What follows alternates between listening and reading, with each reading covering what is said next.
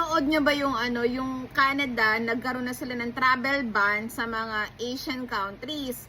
I'm not so sure kung ito'y pinatupad na. Well, isa dyan ng Bangladesh, ang Pakistan, tapos yung India, pinaka talaga nila yon, pinaka tawag dito, yun ang pinakalaman ng nila, kasi nga ang dami mga fraud na nangyayari katulad ng mga international student. At alam niyo ba, kasama yung Pilipinas doon, tayong mga Pilipino.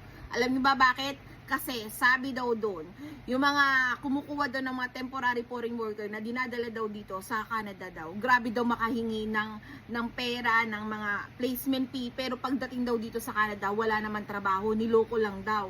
Tapos ang dami, hindi lang yung kasi nga dahil sa sobrang daming panloloko, yung mga Elmia na binabayaran, tapos wala palang trabaho, di ba? Ang daming mga ganap ngayon sa immigration at pahigpit ngayon ng gobyerno ng Canada. Well, anyway, nakakatakot umuwi. Parang gusto ko kasi umuwi, pero natatakot ako. Kasi binaba nila yung yung isa yung Pilipinas but I'm not so sure kung ito'y pina-implement na. Pero kahit sabi mong PR ka, Diyos ko po, para nakakatakot kasi binaba na nila yung mga Pilipino na pumapasok dahil nga sa mga illegal activities din na mga nangyari. Pero I hope it's not, no, basta wala kang ginagawang masama. So sana nakatulong yan.